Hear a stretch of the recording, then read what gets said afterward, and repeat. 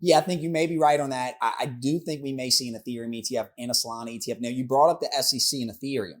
I believe what Gary Gensler said is that obviously Bitcoin's a commodity, it's not a security. So that was another milestone. He didn't say Ethereum was a commodity, but he didn't say it was a security. He actually put Ethereum in an other category. Those were his words. And I think that because of the applications, like you said, that you can build on top of Ethereum, do you think that maybe it's greenlit? It's maybe even the chosen one of the financial elite, the SEC. Do you think that Ethereum is kind of the chosen one going into this bull run? I think Ethereum definitely has the best risk reward when I look at this upcoming bull run. It's the king of altcoins, smaller market cap than Bitcoin. So naturally, it's going to pump harder than Bitcoin.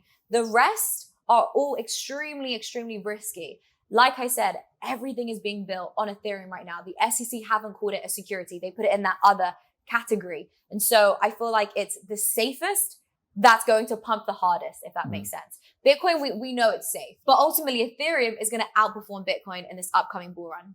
What about, and this is one of my thesis, is finding the next Ethereum, finding maybe one of these layer twos. Obviously there's a lot more risk. I'm with you there that Ethereum, because of the green light from the SEC, essentially, the others don't. But I'm looking at layer twos on top of Ethereum, because for Ethereum to scale, we're going to need these layer twos because it's got a lot of issues, you know what I'm saying? So, but it is a young asset class as well. You looking at any other altcoins, any layer twos, anything like that? I think Matic is a good one. Polygon, I think that's the go-to layer two for Ethereum. It's proven itself. It performs well during the alt season. But in terms of it getting its own ETF or it having some kind of protection under the SEC, I just don't see it happening right now.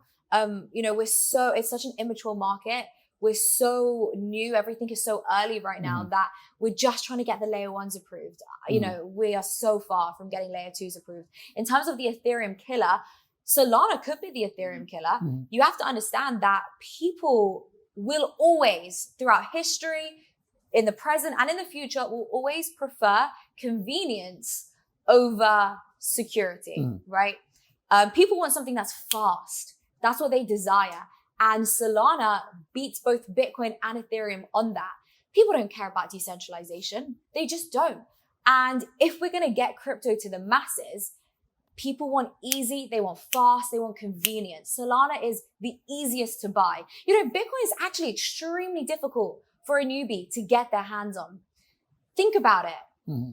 They got to get on an exchange, right? Which is actually quite difficult if you've never used an exchange before. You've got to go through all these issues with the bank connecting your card. Your bank gets declined, then your funds get locked because they think it's fraud and it's crypto. And oh my God, you can't touch crypto. Bitcoin is really difficult to get a hold of.